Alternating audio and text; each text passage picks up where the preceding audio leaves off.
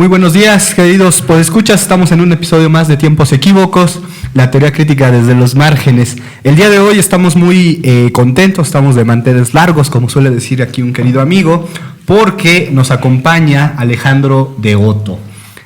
Vamos a hablar el día de hoy a propósito, no es exclusivamente, pero a propósito de su libro Fans, Fanon, Política y Poética del Sujeto Postcolonial. Bueno, estamos en este día para charlar con Alejandro, Víctor Hugo Pacheco, David Gómez y Alejandro de Otto. Y bueno, Jaime Ortega aquí en el micrófono. Alejandro, vienes desde Argentina, desde la parte sur de Argentina. Sí. Has conocido este país, estudiaste aquí en el Colegio de México, te doctoraste en el Colegio de México. Quisiera empezar yo preguntándote lo más básico.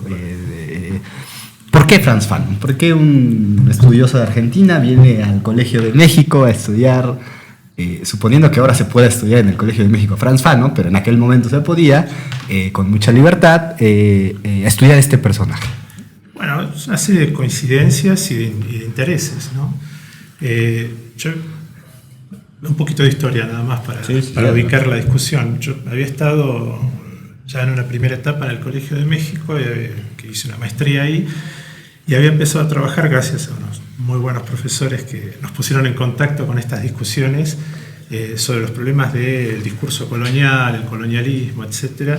Una discusión que parecía a todas luces, a principios de los años 90, propias de otros tiempos, ¿no? Es decir, no estaba justamente en la encrucijada histórico-espacial en la cual estábamos pensando particularmente en América Latina, y ahí hubo una cosa bien interesante de ponernos en contacto en particular con con los desarrollos que se habían dado en el sureste de Asia, en particular en India y en África, acerca de esto que es el colonialismo, ¿no? Contacto con los estudios subalternos, por ejemplo, con toda la saga que después se dio en llamar postcolonial, pero que en realidad tiene una matriz y una heterogeneidad mucho más alta que lo que el término aparentemente designa, ¿no? Claro. Y en ese contexto yo me había concentrado mucho en lecturas del siglo XIX, particularmente en lecturas que tenían que ver con la literatura de viaje, en espacios no europeos, ¿no? Es decir, había sido como mi interés, un interés que por otra parte traía ya de Argentina porque yo había estado en contacto también durante la licenciatura y esos tiempos con las discusiones acerca de cómo se construye el paisaje desde el punto de vista de la narrativa de la literatura de viaje, y aún lo que no puede ser considerado literatura, ¿no? Textos de viaje como bitácoras, etc. Cuando tomé contacto con ese universo me encontré con que esto era una cosa absolutamente mucho más amplia que la región sur de Sudamérica, ¿no? Lo encontrabas en África, bueno, Humboldt, claro, todos estos casos. Y me metí entonces en esa trama, ¿no? Que fue como entrarle al siglo XIX europeo en relación con los espacios no europeos por medio de la literatura de viaje, ¿no? Y todas las articulaciones que habían puesto ya en juego Edward Said, Tommy Baba y todos estos nombres así fuertes que vienen de esa tradición del pensamiento crítico colonial,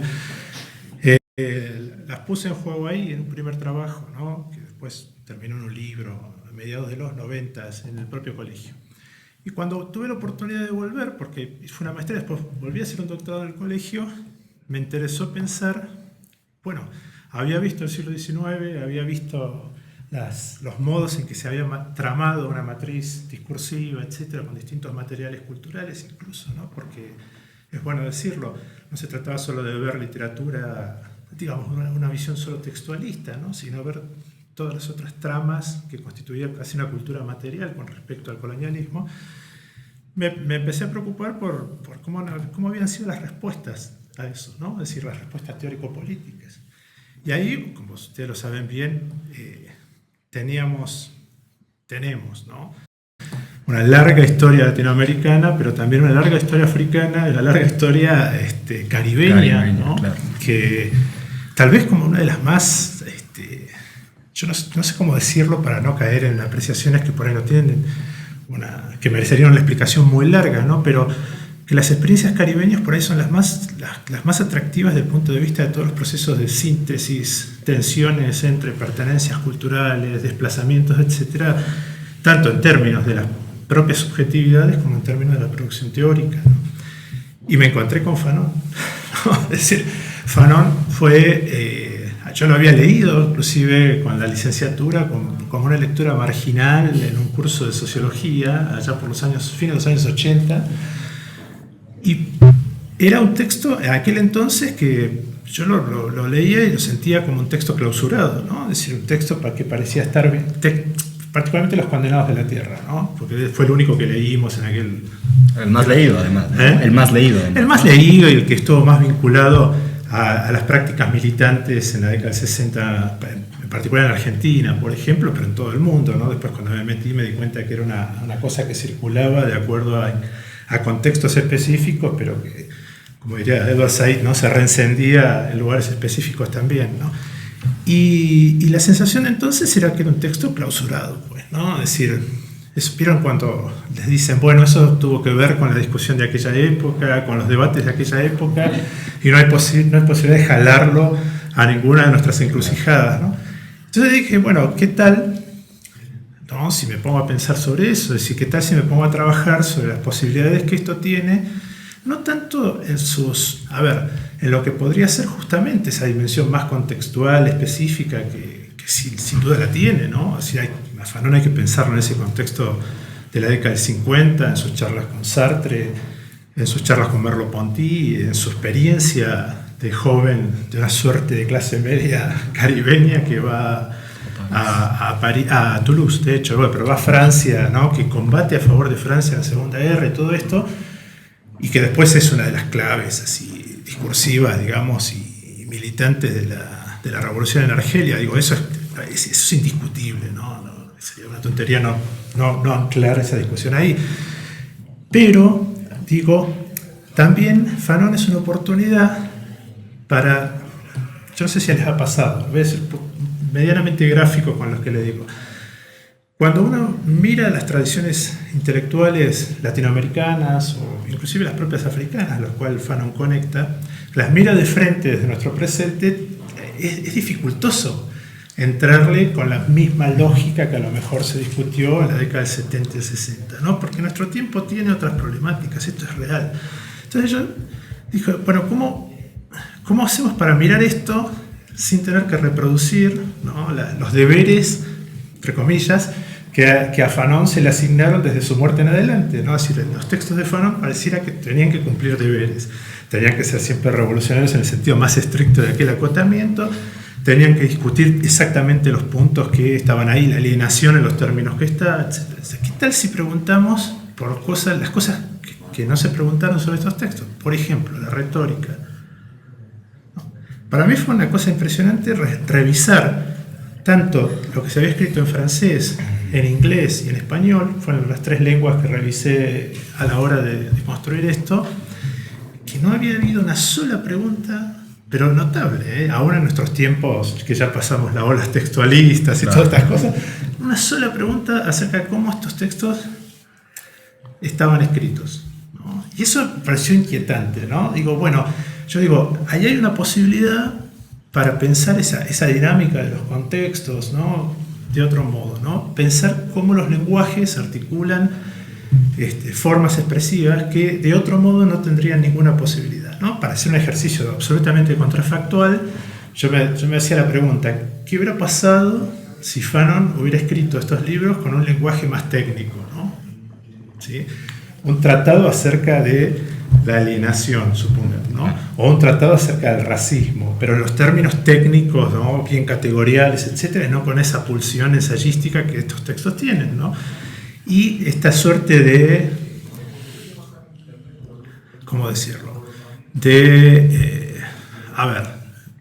uso, pero en un sentido no utilitario, ¿no? Sino de circulación de distintas prácticas intelectuales, porque el objetivo o el objeto a discutir es heterogéneo en sí mismo, ¿no? Este es el punto que a mí me interesó, ¿no? Yo me dije en los primeros momentos que empecé esta investigación, dije, la heterogeneidad de la escritura de Fanon, como hipótesis la lancé, ¿no? Digo, así para empezar a trabajar, responde a la heterogeneidad y a la complejidad que tiene el objeto sobre el cual estaba tratando, ¿no? Y entré por ahí, ¿no? Y entonces ahí se complicó todo. ¿No? Claro, porque digo, la secuencia de lecturas posteriores a la muerte de Fanon, ¿no? Habían ordenado esto ya sea en términos de la tradición del discurso revolucionario, ya sea en términos de la tradición del discurso revolucionario del tercer mundo, ya sea en la tradición, ahora esto es mucho más acá, ¿no? de cierta fenomenología en Fanon, que de hecho está, ¿no? O sea, Fanon puede ser bien pensado como un fenomenólogo, ¿no? Louis Gordon ahí tiene toda la razón del mundo. Esta suerte de sujeto que está luchando ahí con sus pulsiones románticas y que había que atravesar todo ese momento romántico de su escritura para encontrar el núcleo de una verdad subyacente, etc. Eran casi todas las articulaciones que andaban dando vuelta, y después las que tenían que ver con la discusión postcolonial, ¿no? Empiezas a leer a Said y te das cuenta que mucho de Fanon está habitando Said. Olivaba es explícito, ¿no? Y de pronto avancé un poco más y me di cuenta que, por ejemplo, cuando uno lee a los autores de la filosofía francesa más contemporánea, ¿no? Por tomar 60 para acá, digo, tomemos 50 para acá, pero digo, la secuencia Sartre, Merleau-Ponty es muy obvia, pero después cuando uno empieza a recorrer textos por el lado, por ejemplo, de Jacques Derrida, de Deleuze, ¿viste? Toda esa discusión sobre el problema de la subjetividad, del sujeto, la crítica a la representación, empezás a darte cuenta que hay un milieu intelectual, cultural, ¿no? En el cual todas estas intervenciones se fueron produciendo y que tenían que ver con una alta complejidad, que no era tan simple reducir todo a posiciones asumidas en determinadas prácticas de lectura que sí ocurrieron, ¿no? Es decir, esta es la otra parte de la historia, ¿no? Es decir, uno puede tener dos entradas, por lo menos yo lo pensé, todavía lo sigo pensando en términos generales, ¿no? Una que tiene que ver con cuánto puedo usar de esto para reflexionar en términos epistémicos, cuánto está en juego, ¿no? Como una suerte de posibilidad metodológica y epistemológica en estos textos que no fueron pensados para ello, ¿no?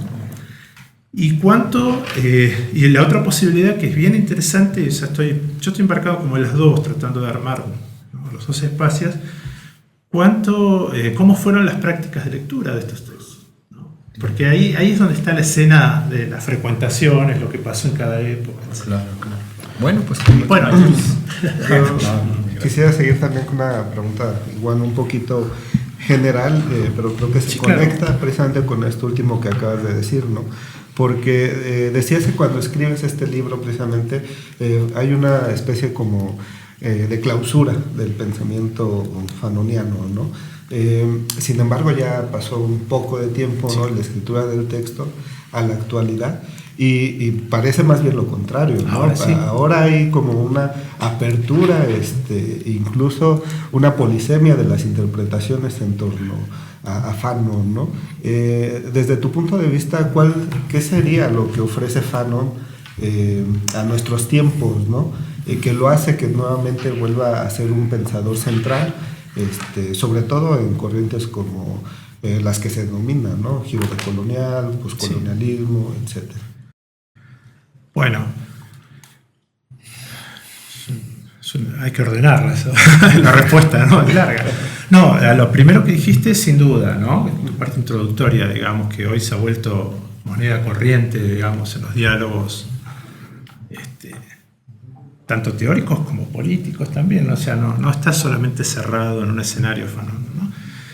Y eso me parece, nada, ¿no? Que fue justamente, que creo que muchos, durante la década del 90 en particular, principios de los 90 para acá, estuvimos como pensando en abrir estos textos y se han abierto ya de un modo inesperado, ¿no? Así uno encuentra ya casi referencias como si fuera una bibliografía de esas consagradísimas, ¿no? En la academia.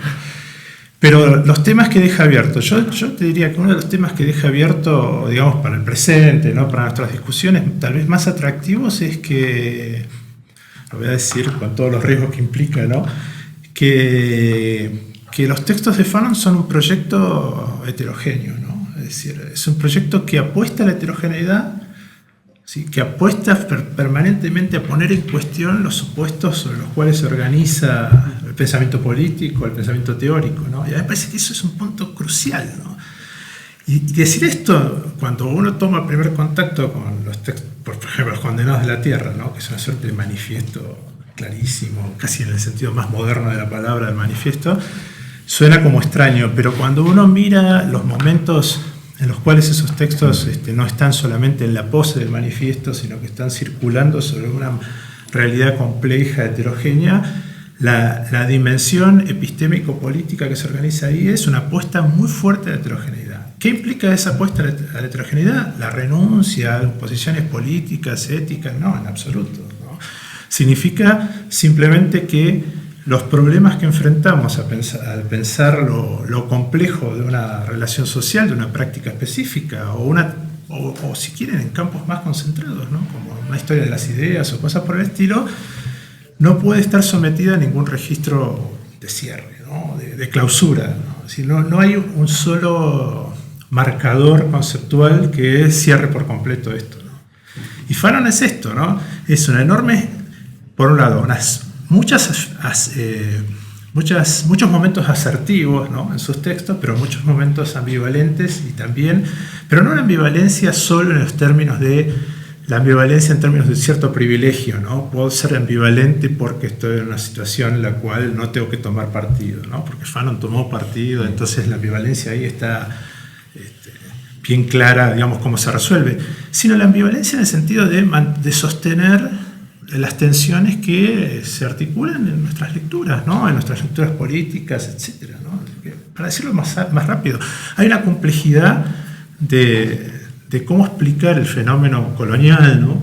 Por ejemplo, que es inusitada, pero que justamente no había demasiada herramienta disponible y aún todavía tenemos problemas para construirla, ¿no? Es decir, las tentaciones a caer en fuertes ontologías que describan dónde debemos estabilizar el pensamiento, dónde ya hemos hecho pie y entonces a partir de ahí seguimos avanzando, es una cuestión que sigue abierta. Eso es una característica. La otra característica es que, a mi juicio, reabrir Fanon desde estas claves postcoloniales y descoloniales, reabre el problema de la racialización, ¿no?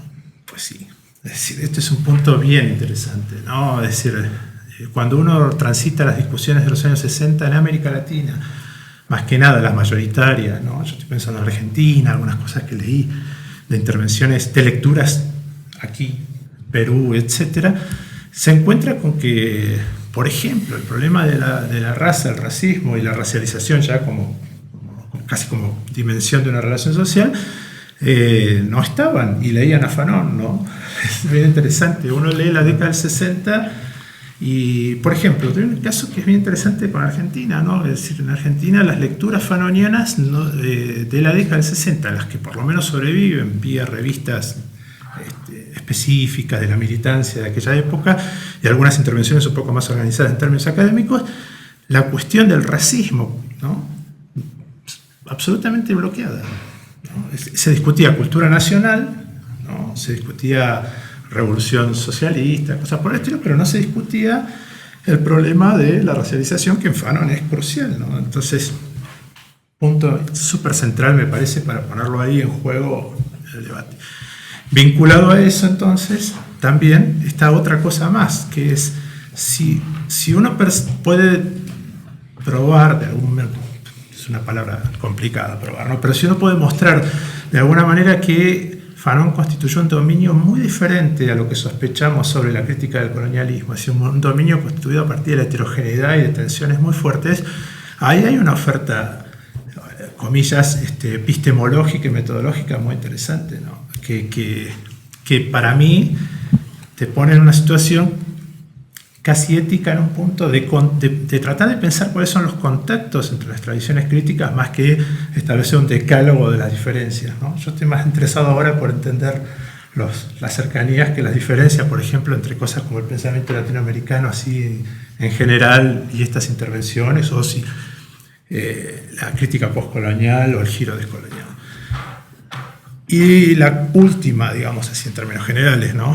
Digamos, todas estas posibilidades me parece que también, y ahí coincido bastante con la lectura que hacen los buenos amigos que están más decididamente adentro del giro descolonial, que es una llave genealógica, ¿no? Fanon, ¿no? ¿no? Cuando uno lee a Fanon, yo tengo la impresión de que es una suerte de llave genealógica que permite justamente organizar lecturas que de otro modo hubieran caído como, o hubieran sido subsidiarias de otra cuestión central, ¿no? Entonces uno tiene la posibilidad de empezar a constituir una genealogía crítica de la colonialidad y de todas estas tramas que de otro modo hubieran aparecido como elementos subsidiarios de una matriz moderna, ¿no? De intervenciones más centradas en cuestiones como la subjetividad de la ciudadanía, etcétera, pero que no preguntaban por estos puntos cruciales como la racialización. David. Sí, bueno, me llamaba mucho la atención esto que comentabas hace un poco y que está, me parece, claramente expresado en tu libro, de esta articulación entre la dimensión expresiva, la dimensión retórica, la encendida retórica que podemos encontrar en algunos textos de Fanon, y este cruce que tiene esa escritura con una dimensión epistemológica o político-epistemológica, no sé cómo llamarlo, o sea, pero particularmente enfatizando algo que mencionaba recién, que Fanon aportó una serie de análisis de el colonialismo, de la situación colonial, que previamente no se habían dibujado de tal manera, ¿no? Entonces, en ese sentido, me interesaría un poco para adentrarnos algo en esta dimensión que, como vimos, no está separada de su forma expresiva, de la forma en como Fanon en concreto desarrolla su escritura, sino que está entremezclada con ella. Algunas categorías fundamentales de Fanon, por ejemplo, en tu libro te centras en dos estudios de Fanon, o dos textos de Fanon, sí. El de Piel Negra, Máscaras Blancas y Los Condenados de la Tierra. En relación a la primera parte de tu lectura sobre particularmente sobre la relación de Fanon con la fenomenología, ¿cómo verías toda esta cuestión de la alienación, tal y como lo planteaba en la terminología de la época, que en última instancia aparentemente Fanon estaba leyendo a Hegel, y quizá algunos otros, digamos, un poco la pregunta sería, ¿cuáles consideras que son como categorías clave que se juegan en este cruce entre la dimensión expresiva y la dimensión epistemológica de la obra de Fanon, como por ejemplo alienación o mímesis podría ser otro? ¿Dónde trazarías tú, digamos, las claves en esta dimensión más epistemológica, pero con esa alerta previa de su cruce con la dimensión expresiva, ¿no? Para ir entrando más a... ponértela sencillo. Quería escribir otro libro sobre Fanon. Ya tengo un proyecto. No, está bien. No, es buena pregunta. A ver si puedo responderla con mediano orden. Yo creo que lo de Fanon es interesante, como lo es también en otros pensadores que hicieron crítica del colonialismo y que no provienen de tradiciones así consagradas en términos académicos, ¿no? En un seminario de estos días yo mencioné a Du Bois, o Dubois, como quieran pronunciarlo. Yo en Estados Unidos lo escucho siempre como Du Bois. Pero el prurito acá dice Dubois. Entonces, está bien. Pero bueno, para respetar la pronunciación de donde era el hombre, ¿no? Donde hay una preocupación bien fuerte, ¿no? Ahí, por ejemplo, en Du Bois, ¿no? Por entender de qué se trata esto de ser ciudadano americano y negro, ¿no? O como diría otro pensador norteamericano, de estar incluido como no participante, ¿no? Por ejemplo, ¿no? Y hay una retórica en ese texto, particularmente este que fue el alma de los americanos, de los paisanos negros, ¿no? Que tiene una potencia expresiva muy peculiar, porque no hay, este es el punto que me interesa para articular tu pregunta, ¿no? Porque no hay demasiadas cosas disponibles en términos conceptuales para expresar de qué se trata esa condición de inadecuación, ¿no? que expresa el discurso público, ¿no? que dice, entre comillas, tu cuerpo es un objeto inadecuado para la ciudadanía, pero sin embargo estás aquí en una situación subalterna, ¿no? Ahí hay un tema bien interesante, ¿no? Ahora lo podemos expresar así. Nosotros tenemos ya muchos conceptos para expresar esto, pero cuando esta gente está escribiendo, ¿no? Y cuando vos lees a Du Bois, que fue en un periodo de su vida contemporáneo de Fanon, o cuando lees a Aimé Césaire, por ejemplo, y su poética, lo que encontrás es que hay como todo un problema de búsqueda de lenguajes para expresar de un modo en el cual no tiene ninguna representación en el discurso teórico político o el más académico, ¿no? Y ahí hay un punto crucial, ¿no? Entonces, cuando uno lee en Fanon, en Piel Negra, Máscaras Blancas, cosas como, por ejemplo, que la dialéctica del amo y el esclavo no tiene hegeliana, ¿no? No tiene ninguna posibilidad en la sociedad colonial, ¿no? Porque no se trata ni siquiera de que exista el reconocimiento, ¿no? Fanon te está dando pistas ahí sobre cierta situación que podría ser interpretada en esos términos, pero que también tiene un encostamiento, digamos, se acota muy rápidamente en sus posibilidades explicativas, porque no está dando cuenta de esa peculiaridad colonial, de lo específico del colonialismo en determinados puntos, ¿no? Y entonces yo creo que el recurso central que tuvieron casi todos ellos, no solo Fanon, si uno mira todo el grupo que estuvo más vinculado a Présence Africaine, ¿no? A Liu Diop, qué sé yo, Damas, etc., todos ellos tuvieron un fuerte recurso al problema de la cuestión expresiva, porque se encontraban con ese acotamiento, ¿no? Es decir, de pronto esto no checa también, ¿no? Eso por un lado.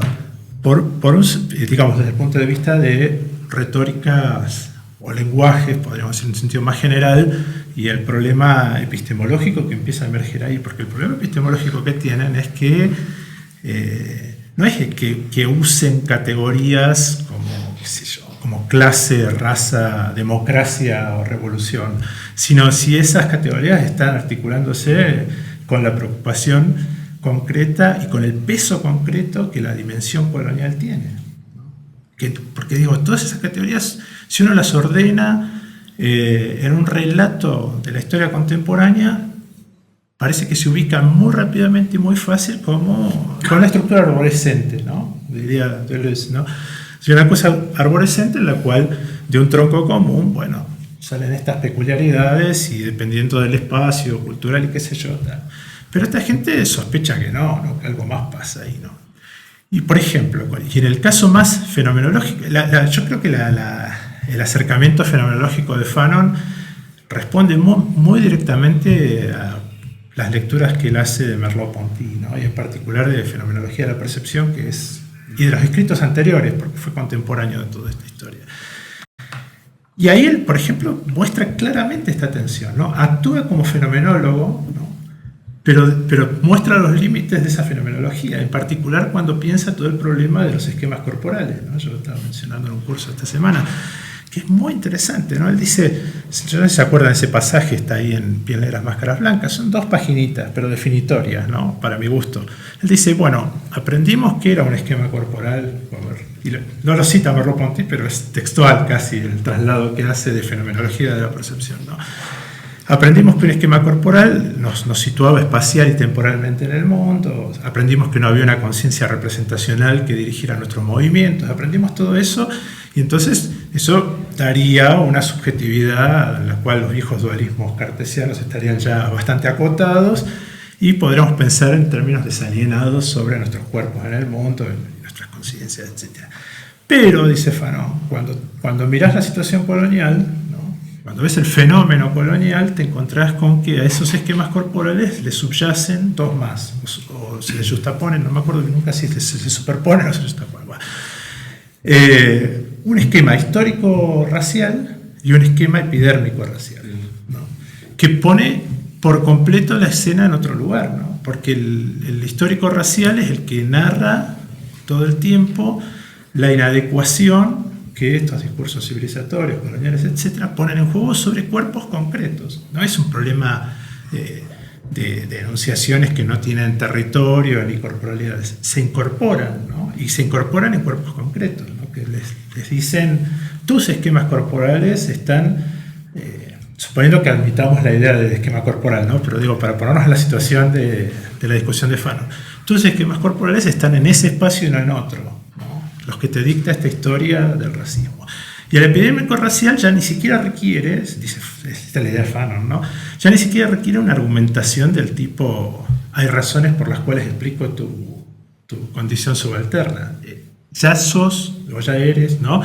Alguien en esa situación por el simple hecho de una epidermis, ¿no? Del color de una epidermis. Entonces decimos, esa articulación en Fanon hace dos cosas, ¿no? Por un lado, muestra la complejidad que tiene la constitución de un sujeto, yo por eso le puse sujeto postcolonial, ¿no? De un sujeto en la esfera colonial, y la complejidad que tiene pensar de qué se trata entonces una política crítica de esa subjetividad, porque el problema que sigue es ese, ¿no? Si querés derrotar al colonialismo, y etcétera, etcétera, ¿no? Claro. Pero digo,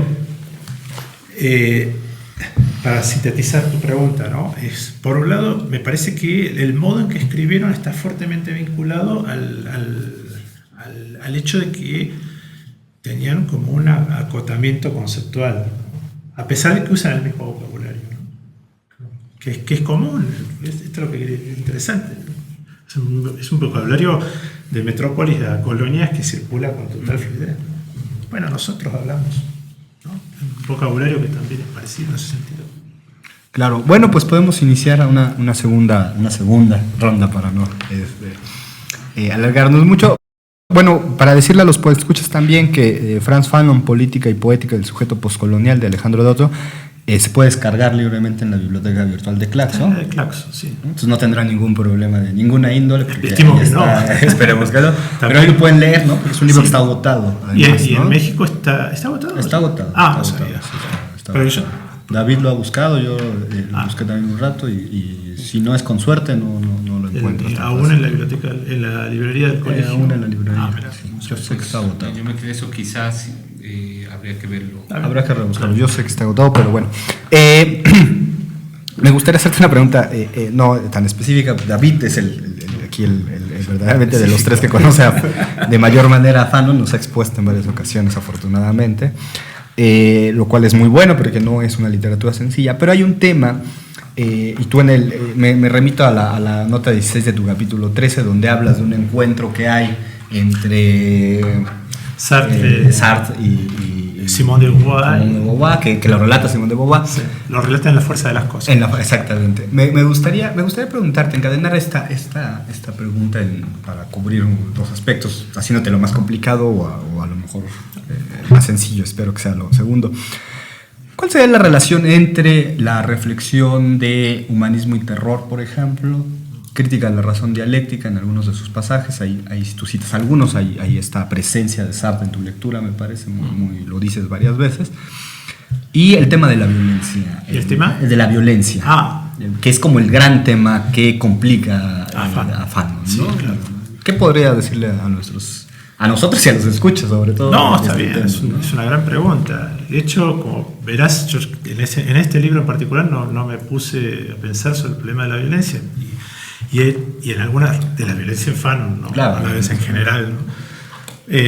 Porque me pareció siempre que merecía un capítulo específico, ¿no? Un trabajo específico. Mira, yo la relación entre Fanon-Sartre me parece que la parte más rica de esa relación en términos de lecturas, ¿no? Cruzadas y discusiones, tiene mucho más que ver con los fundamentos, digamos, que están en juego a la hora de discutir de qué se trata la constitución de un sujeto en términos de identidad política y cultural, ¿no? Es una cuestión bien nuclear en ellos, ¿no? Y las tensiones que tienen. Con esto quiero decirte que para mí Fanon es un lector mucho más preciso de textos como El ser y la nada, como reflexiones sobre la cuestión judía, como Orfeo Negro, ¿no? Como la literatura de Sartre más vinculada, ¿no? a los problemas de quién define la identidad de uno cuando estás en un contexto relacional, por ejemplo, que a lo que siguió después en Crítica de la razón dialéctica, en la cual Fanon tenía como una apreciación positiva de ese texto, a diferencia de otras discusiones que tenía con Sartre.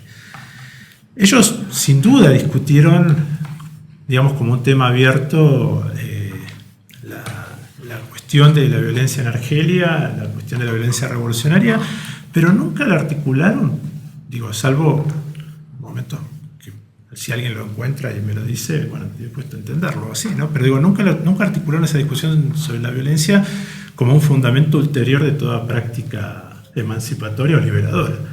Era el contexto altamente represivo de Argelia y el modo en que operaba la violencia colonial la que estructura la discusión sobre la violencia en ellos, ¿no? Es decir, es una violencia que responde en cierto sentido, esto se discutió mucho en aquellos años, ¿no? Pero digo que responde en cierto sentido a los modos disponibles de articular alguna crítica al colonialismo como tal, ¿no? Yo no sé si conocen la historia de la revolución en Argelia, ¿no? El Frente de Liberación Nacional, pero digo, el tipo de prácticas que puso en juego el ejército francés, en particular sus cuerpos especiales en el periodo que duró la guerra de Argelia, hacía sospechar que no había muchos márgenes como para discutir modos de acción que no fueran los que emprendió el Frente de Liberación. No, porque a veces está como subestimado también el contexto y aparece la violencia como una suerte de respuesta alocada, ¿no? Que muchos lo han leído así, ¿no? De hecho, miren, esa idea de la violencia como un fundamento ulterior de la crítica al colonialismo, Fanon no era eso, no, en absoluto. Cuando apareció la discusión por la violencia, pensó el problema de la violencia colonial. Si uno sigue todo el momento ese que es fuertemente hegeliano, a pesar de su crítica a Hegel, ¿no? Y las posibilidades de uso de Hegel en las colonias, si uno sigue toda esa secuencia en la cual que está muy presente en Los Condenados, ¿no? El colonizado quiere ocupar el lugar del colono, ¿no? Y se empieza a estructurar esa suerte de deseo colonial y qué sé yo. Lo que está poniendo en juego ahí es precisamente los límites concretos que él percibía, ¿no? de esa sociedad y que eran infranqueables, ¿no? Hay como cierta dimensión de que lo violento es la existencia del colonialismo y que por lo tanto eso implica una rediscusión completa de sus fundamentos, pero también una posición concreta, contextual, ¿no? Si uno lee lo que él opina de otros momentos, de otros movimientos que se dan en el mismo periodo en África, va a ver que la receta no es única, ni mucho menos, ¿no? Esto es bien interesante, ¿no? Es decir, es un pensador muy contextual, Fanon, a pesar de las generalidades que por ahí uno puede leer, o las generalizaciones, perdón, que uno puede leer en sus textos, ¿no? Y eso me parece bien interesante, ¿no? Primero, para desacralizar esa idea que todas estas discusiones estaban enfocadas en el problema de la violencia revolucionaria. En absoluto estaban ahí, ¿no? Es decir, estaban enfocadas en el problema político de cómo discutir la hegemonía de los regímenes coloniales y cómo dar vuelta a esa situación. Pero digo, la violencia no aparece como un elemento sine qua non de cualquier reflexión sobre el colonialismo, ¿no? Tiene un carácter mucho más contextual, ¿no? Mucho más contextual. No. Eso por un lado. Y me parece que en ese sentido las lecturas, hay una lectura de Hannah Arendt, ¿no? Y On Violence, de hecho, sobre la violencia, y hay otra de este pensador que escribió, no me acuerdo el nombre porque me he puesto prejuicioso con él, eso está muy mal, el que escribió sobre América, el Todorov, ¿no? Que Todorov tiene una visión sobre ciertas expresiones fanonianas que lamentablemente pecan de un desconocimiento notable, ¿no? Es decir, para certificar que la literatura fanoniana, que el mismo Fanon era un pensador vinculado estructuralmente a la violencia, usa esa frase poco feliz, sacada de contexto, ¿no? O sea, no sé si se acuerdan que cuando Fanon decía, cuando el colonizado escucha la palabra civilización, dirige la mano al machete, ¿no? Como diciendo, eso no le va a salvar la vida. Y Todorov hace una cosa muy perversa ahí, volviendo el equivalente a esa famosa frase de los nazis, ¿no? Que cuando escuchan la palabra, no me acuerdo quién era, de Goebbels o esto, ¿no? Que cuando escucha la palabra cultura dirige la mano a la pistola, ¿no? Como volviendo equivalente cierta dimensión irracional, ¿no? De la violencia fascista nazi con esta dimensión de la violencia en el espacio colonial, ¿no? Para todo eso se recomienda historia. No, claro. Sería bueno. No, pero es tal cual, ¿no? Claro, inclusive les diría, para todo eso se recomienda la más normal y y estabilizada de las historiografías. Porque digo, cuando uno contextualiza, cuando uno le da el contexto a estos debates, la posibilidad de entender las cosas, no de esta manera tan reductiva, no, tiene muchas posibilidades.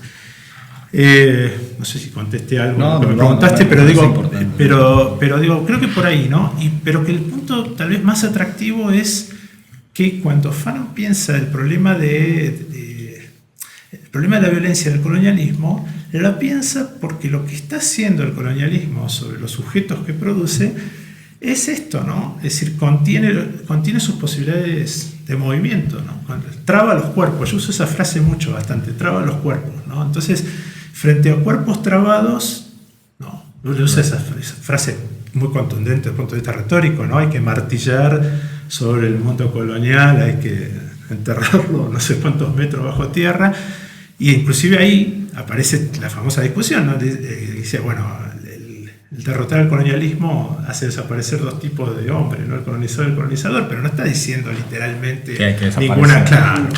O sea, esa sería una mala fe absoluta, la lectura de esos términos, pero realmente lo que está diciendo es la configuración de este mundo es imposible el contacto humano, ¿no? Con lo cual ahí aparece la discusión por el problema del humanismo, que es lo que espero poder hablar en la charla en estos días.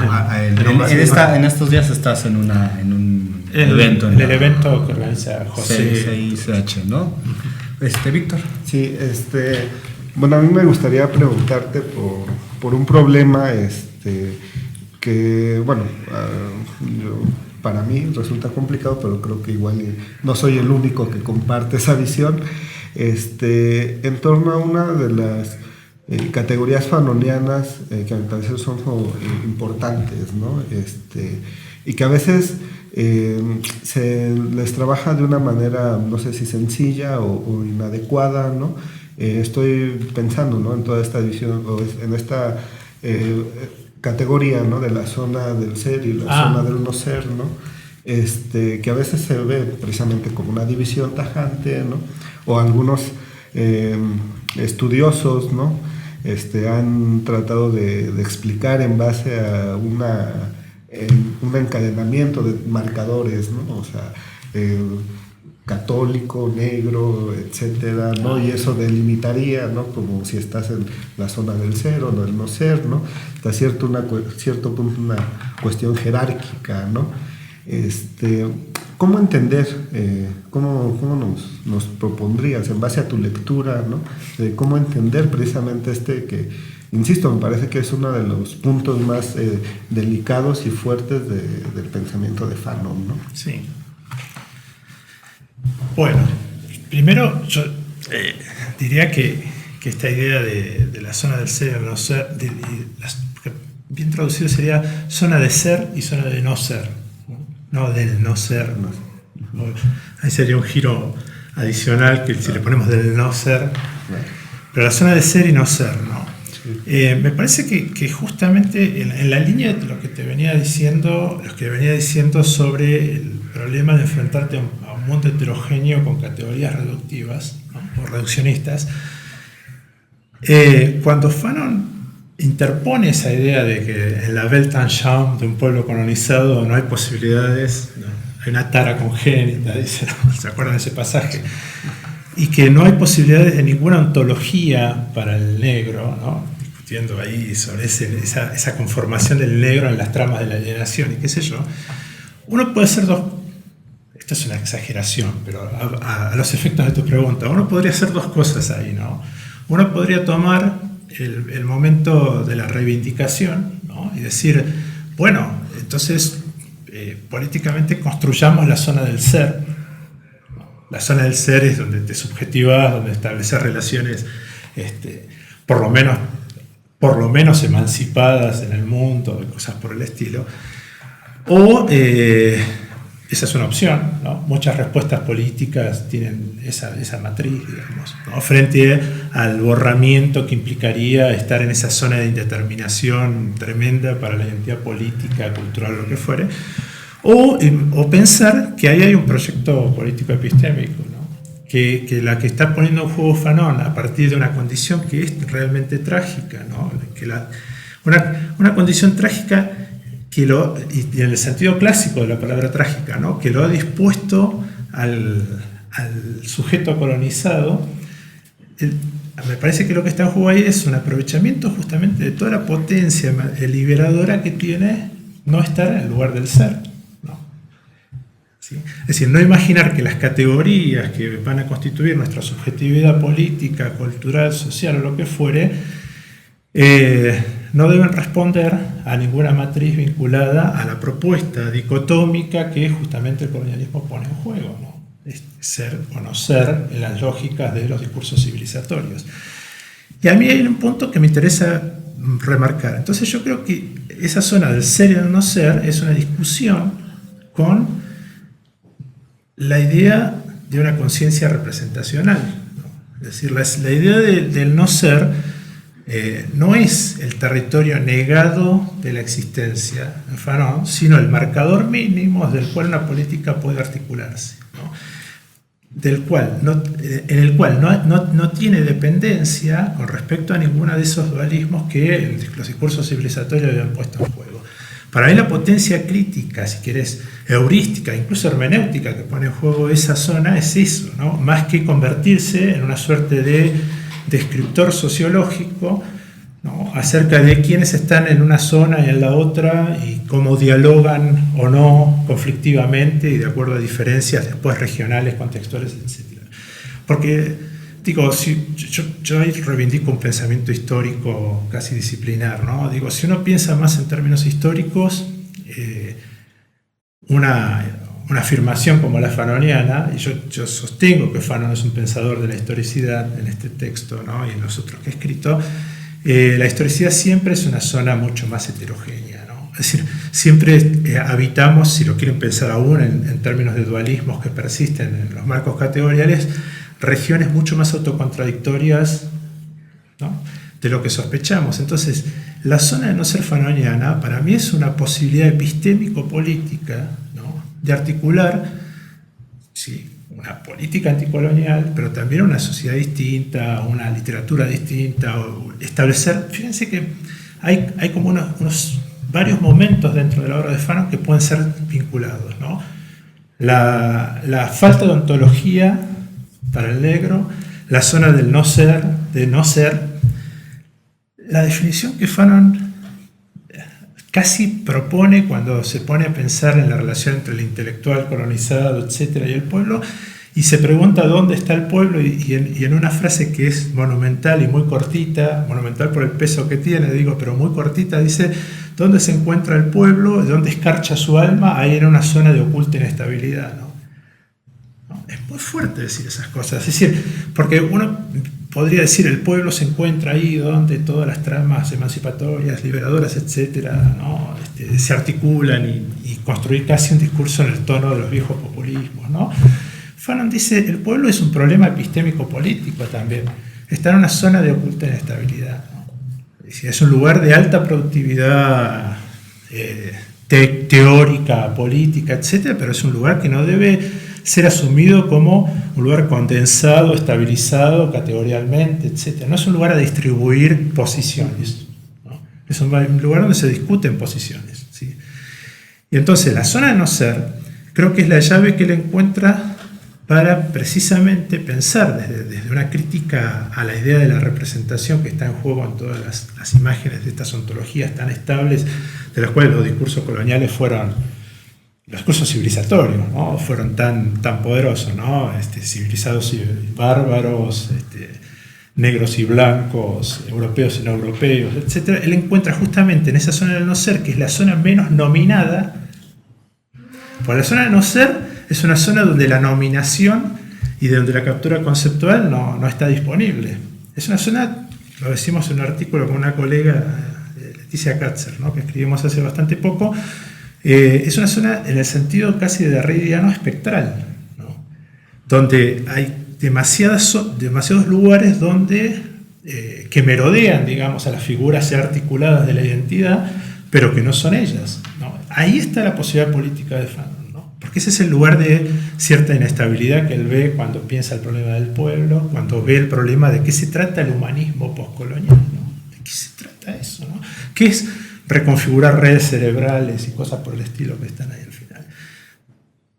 Heterogeneizar, ¿no? Es decir, percibir justamente la operación heterogénea de nuestras prácticas. Entonces, hablar para mí, ¿no? En términos por ahí como ha circulado más por Ramón, ¿no? Que lo ha tratado así, que todo mi respeto, ¿no? Pero digo, en términos de descriptores casi sociológicos, creo que tiene una limitación, ¿no? Yo creo que hay una crítica, el núcleo de la zona de no ser tiene una posibilidad, les diría casi equivalente a la crítica que hace alguien como Derrida cuando de la gramatología se pone a pensar sobre el problema de la representación y el vínculo logo-foné, ¿no? Están en la misma zona de quiebre, ¿no? ¿Sí? Por un lado, si yo critico las constituciones de ontologías estables que los discursos coloniales y los discursos civilizatorios, entre los cuales los filosóficos estaban disponibles, también imagino un escenario distinto para hablar de lo que implica la subjetividad colonial, ¿no? Y por lo tanto también estoy haciendo una crítica de lo moderno en el sentido clásico, ¿no? Así empiezo a vincular ahora la discusión de la modernidad, pero desde el costado colonial, ¿no? Que también discute el mismo problema, el problema de la representación, el problema de la constitución estable de sujetos, ¿no? En la historia, etcétera, etcétera, ¿no? Yo creo que esa capacidad, ¿no? de observar lo concreto que tenía Fanon y tal vez no traducirla también, ¿no? Yo siempre digo esto también, ¿no? Si uno toma por ejemplo, con el caso argelino, ¿no? Si uno toma muchas monografías precisas que se construyeron sobre Argelia en el periodo de la guerra, va a encontrar que Fanon le erró a cantidad de cosas, ¿no? En sus apreciaciones. Es decir, no era muy precisa su apreciación en muchos casos, pero la dimensión histórica de su pensamiento no está en la precisión con los datos, precisamente, sino en el hecho de que imagina que cada una de las operaciones conceptuales que realiza sobre ese mundo que él cree estar viendo, les reserva un espacio de alta contingencia, de inestabilidad, etc. Y creo que la zona del no ser tiene esa característica. Lo que pasa es que es muy tentador, ¿no? Uno por ese camino va hacia Hegel en un viaje directo y creo que él está charlando con ese vocabulario, pero está connotando otra cosa, ¿no? Está connotando una oportunidad epistémica, ¿no? Política, ¿no? Y en ese sentido, ahí me gustaría quedarme, ¿no? Más que asumir que esto ya es un concepto operativo a aplicar, ¿no? A aplicar. Pero, David. Sí, quizá por último, bueno, solamente y un poco relacionado con esto último que acabas de comentar, pero quizá en un espacio más acotado, solo si pudieras darnos algunas referencias de la relación entre MSC y Fanon, particularmente que según también comentas en tu libro, tienen una expresión en Piel Negra, Máscaras Blancas cuando debate simultáneamente con Orfeo Negro de Sartre y con el cuaderno de Retorno al país natal. Sí. Y con, bueno, particularmente es esta cuestión de cuál es la posición que asumió Fanon, que sería como esta cuestión, digamos, a mi modo de ver, ya me interesará mucho cómo lo desarrollas, con respecto al movimiento de la negritud y con sus expresiones literarias. O sea, si hay ahí mismo también hay una apuesta no es una crítica puramente corrosiva, sino aparentemente está jugando con ciertas apropiaciones, pero que en el fondo estaría en juego una reformulación de estas cuestiones planteadas en el universo de bueno, comentabas la revista Presencia Africaine, que efectivamente le dio eso lo documenta también muy bien Irene Gensier en ese volumen que trae. En fin, o sea, bueno, algo sobre MSC y claro, la negritud y Fanon. Bueno, yo creo que ellos tienen una relación estrecha, tanto en términos políticos, ideológicos como estéticos, ¿no? Que Fanon no se dedicaba a la poesía ni a escribir, a hacer dramaturgia, nada por el estilo. Pero el punto interesante, que es el núcleo que vos planteás justamente con respecto a la negritud, ¿no? La negritud es un fenómeno muy interesante que creo que puede ser también pensado y en relación al debate o a las formas que ellos se aproximaron a eso, de los dos modos que hoy creo que en algún momento dije, ¿no? O sea, uno puede entrar a la negritud por el lado de lo que implicó como un esfuerzo por coaligar dos cosas, ¿no? Tres cosas, le diría: poblaciones dispersas de africanos de la diáspora, producir un discurso que medianamente los representara y producir una estética, ¿no? Y una política, obviamente, ¿no? Alrededor de eso. Esto tuvo un despliegue importante. De hecho, en Césaire, Damas, Diop y Senghor, ¿no? Fueron personajes claves alrededor de la fundación de Presence Africaine, y fueron claves en este sentido frente al vacío, digamos, en la discusión pública acerca de las condiciones de una cultura africana de algún modo se expresara. Ellos generaron ese espacio de diálogo y de conflicto inclusive en los debates, ¿no? Lo pensaron muy en la clave, diría yo, de la estética, ¿no? Sí, estuvieron muy vinculados a ciertos desarrollos literarios, más que nada de la poesía. Y esto, digamos, pero también la negritud tenía un proyecto político, ¿no? Es decir, la negritud también encarnaba un proyecto político, ¿no? Que era, bueno, ¿qué hacer frente a estas descripciones tan crueles de la desubjetivación, incluso que en muchos momentos había producido el colonialismo sobre personas movidas de un continente a otro forzosamente y cosas por el estilo? ¿Cómo es la relación de Fanon con la negritud? Es algo bien interesante, ¿no? Es decir, creo que es una relación formativa, por un lado, y después una relación que le permite establecer ciertas críticas políticas, ¿no? ¿Por qué formativa? Porque él se forma en esa charla, ¿no? Se forma en la charla de los africanos y caribeños negros que fundan esta movida, ¿no? de la negritud. Pero también se funda en el imperativo político que está en juego, ¿no? Al pensar que el colonialismo debe ser derrotado, etc. Y ahí hay una cosa bien interesante, ¿no? Él cuando discute, creo que evocabas a esto, ¿no? Cuando él discute ahí en el capítulo 5 de Piel Negra, Máscaras Blancas frente a Sartre, ¿no? Que Sartre le hace una suerte de truco ahí discursivo. Cuando él evoca a la negritud como un fundamento, irónicamente la vincula, pero no tanto, ¿no? Como un fundamento del cual aferrarse frente a explicaciones más teleológicas de la historia, como la que Sartre le ofrecía. Digo, a los efectos más pedagógicos, ¿no? Sartre en Orfeo Negro de alguna manera había propuesto que la negritud era el momento antitético de las tesis racistas y que había que esperar en un futuro post-racista, pues, ¿no? Una sociedad sin razas como síntesis histórica. Entonces Fanon ahí tiene una discusión bien interesante que evoca la negritud, la evoca directamente, para convertirse en una... Es bien interesante el movimiento que hace, ¿no? Evoca la negritud para decirle a Sartre que la dialéctica que él propone, que es una dialéctica muy vinculada a la teleología de la historia, lo saca a él de las luchas del presente, ¿no? ¿Sí? Porque la cuestión es, si en el presente me dices que lo mío va a ser superado por una síntesis histórica, ¿qué razón hay de preocuparse por el propio presente político, ¿no? Es esa la discusión, ¿no?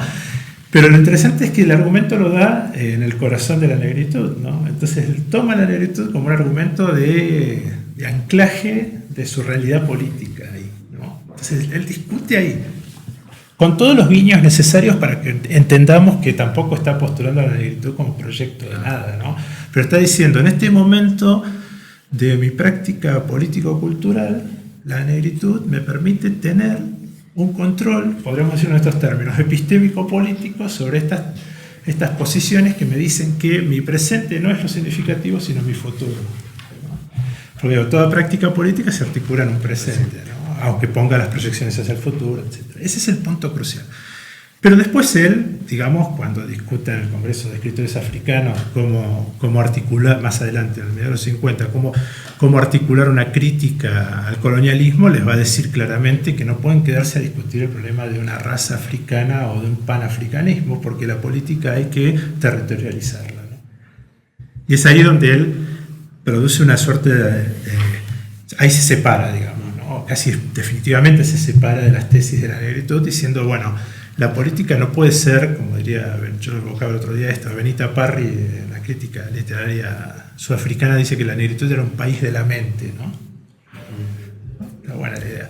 Fanon, cuando piensa el problema de la crítica al colonialismo, dice, bueno, los países de la mente tienen que tener territorio, ¿no? Porque la política se ejerce en un territorio. En México, en la Ciudad de México, no sé, en el norte de África, en Argentina, ocurren en esos lugares. Entonces, en ese punto, las operaciones de la negritud, ¿no? Que todas las conocemos más o menos, ¿no? Por el lado de una poesía africana o por el lado de los discursos que más los de Senghor, ¿no? Cuando discute libertad, negritud, etc., tienden a construir zonas del ser, ¿no?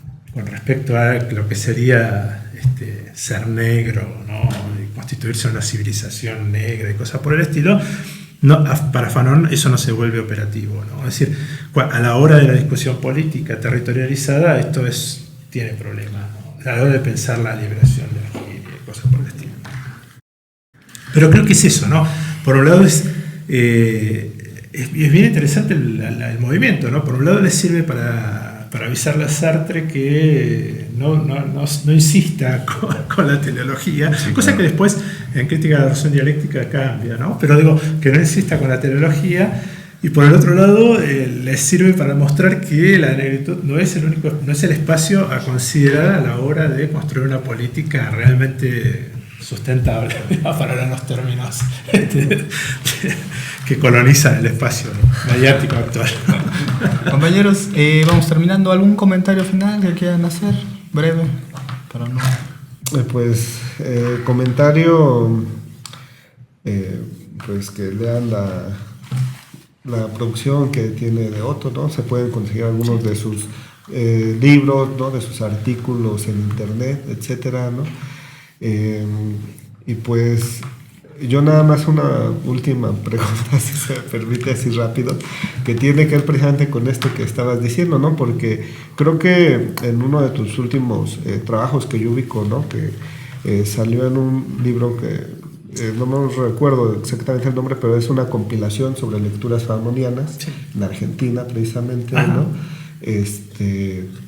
Llamas la atención de Fanon, ¿no? Que nos puede ayudar a pensar lo nacional, ¿no? Claro. Eso creo que conecta, ¿no? Sí. No sé si nos podrías dar un último comentario breve. No creo que sea el último, pero también vamos a hacer un comentario y una última pregunta.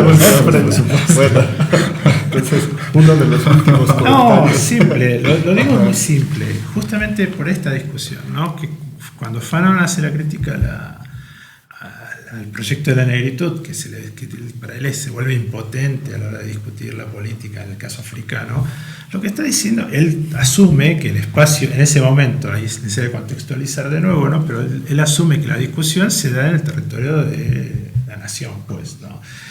Y tiene una fuerte intervención sobre el problema de la cultura nacional, ¿no?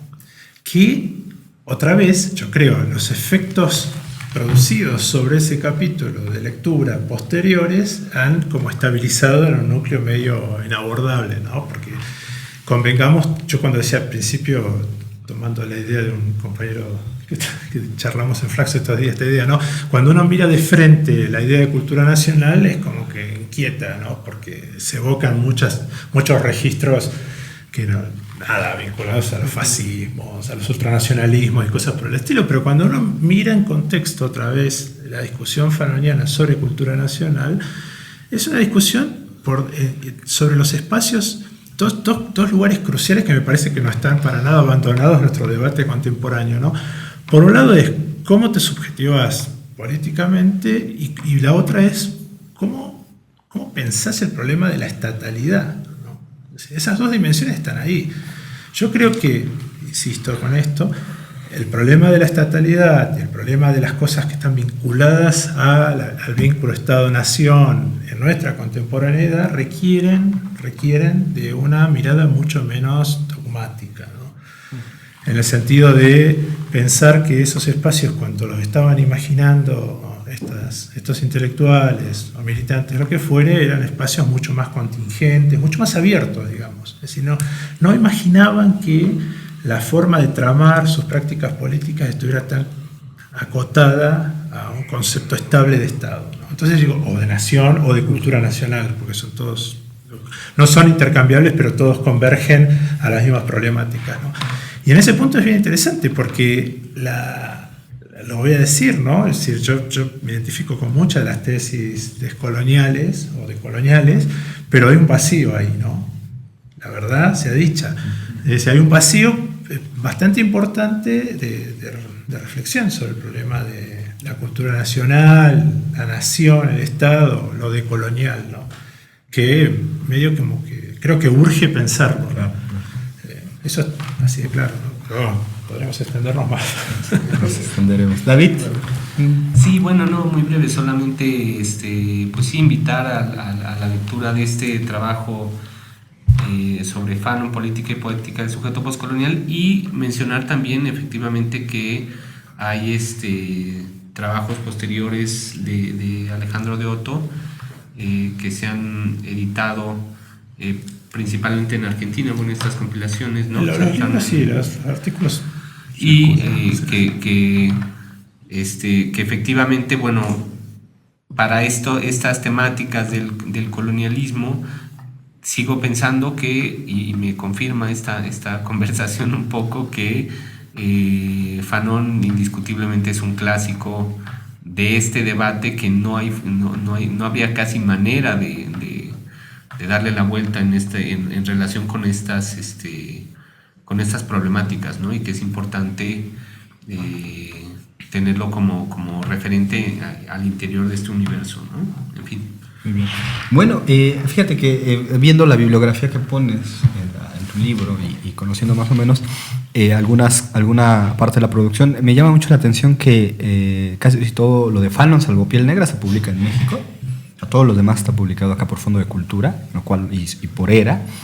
Y también algunos trabajos famosos, ¿no? Como el de Sahar y el de Genser, ¿no? Que son de los más conocidos. Pero me sorprende mucho dos cosas y que quizá valdría ser, digo, si quieres más trabajos. No, la recepción que tiene por un lado la Revolución Cubana, ¿no? La lectura de Fernández Retamar, por ahí hay una lectura. Y muy importante para ti, decímelo de nuevo, la recepción que hay de Fanon por parte del núcleo intelectual de la Revolución Cubana, ¿no? Sí. Y Retamar en particular, ¿no? Que creo que tiene un texto en Casa de las Américas importante. Y la otra en Argentina, porque prácticamente toda la bibliografía sobre Fanon, ¿no? Salvo tal vez estos dos trabajos, el de Gensier y el de Sahar, está en Argentina, ¿no? Y con Juan Gelman como traductor de muchos de esos trabajos. Sí. Es muy interesante. ¿Por qué fue a Argentina? No, pero porque la década del 60 en Argentina Sartre era muy importante. Perdón, lo digo de este modo. No, está bien. Pero lo que provocó fue que prácticamente todo lo que nos llega. Pero por ejemplo, la revista del Tercer Mundo, la revista de la Liberación, son revistas muy acotadas y muy vinculadas a la militancia en aquel periodo en Argentina, la militancia inclusive armada en algunos casos, evocaban a Fanon como una fuente crucial del debate, pero también todo el debate centrado en la revolución del tercer mundo. Claro, ¿no? Esta idea, ¿no? Pero en Argentina, te digo, estuvo presente muy claramente. Hay un artículo, que hay que mencionarlo porque hay que ser justo en esto, de Nora Rabotnikov, que fue en ocasión, yo ahora lo tengo medio perdido, pero fue creo que en el año 2002, una profesora argentina que hace años acá, en México, acá, Nora, sí, ¿no? Pero que ella hace como una suerte de revisión crítica de cómo su generación había leído a Fanon en aquellos tiempos, que es muy rico desde ese punto de vista, ¿no? Yo tengo algunas discrepancias con el artículo de Nora, pero me parece un artículo muy fuertemente fundado, que vale mucho la pena para ver cómo, porque ella evoca una doble condición en el artículo que vale la pena, que no fue solo lectora actual de Fanon, digamos, sino que fue lectora en sus épocas militantes, ¿no? En la universidad, etc. Entonces sí tenía una circulación muy fuerte, ¿no? no hay una suerte de exotismo en su lectura. Era algo que formaba parte de la discusión, no necesariamente académica. Es decir, otra evocación bien concreta la podemos encontrar el número 4, perdón por las precisiones, pero es mejor así, era el número 4 de la revista Pasado y Presente, que era la del grupo de Pancho Aricó y compañía, donde Delitzsch publica una intervención sobre Fanon así muy interesante, que es muy, digamos, con mucha simpatía hacia Fanon, ¿no? Viendo los problemas que tiene, los no problemas que tiene, con algunas discrepancias ahí de lectura, pero no importa. Lo que quiero decir es que esto estaba en estos debates de la izquierda, del peronismo, ¿no? Etcétera, estaba muy presente. El peronismo era proscripto, además, ¿no? En aquel periodo de la década del 60 estaba muy presente. Y los sartreanos, que en Argentina desde la década del 50 para adelante son una marca. Bueno, mañana va a estar Gruner, ¿no? El encuentro, así que Gruner puede contar mucho mejor que yo, además por experiencia propia, sus debates sartreanos de aquellos años. Por el vínculo ese de la discusión que Sartre proponía del colonialismo, estaba muy presente esta literatura. Pero, insisto, a mi juicio, salvo una o dos intervenciones muy, muy acotadas, una de un profesor que se llama Fernández Pardo, y otra lectura más en el orden psicoanalítico que apareció publicada como nota de diario a principios de la década del 70 en Buenos Aires, en el diario La Opinión. Salvo esas dos lecturas que entendieron la discusión sobre el problema de la subjetividad política y racial que se estaba articulando en Fanon, las otras se concentraron más en el problema de la revolución, la liberación nacional, etc., y desalojaron por completo esa otra beta tan crucial, ¿no? de la racialización. Bueno, pues ves como siempre había motivo, es que siempre Fanon da motivos, da muchos motivos. Pues te agradecemos mucho, Alejandro, y bueno, pues les agradecemos a ustedes que nos hayan acompañado, queridos y queridas podescuchas, y nos vemos y nos escuchamos muy pronto.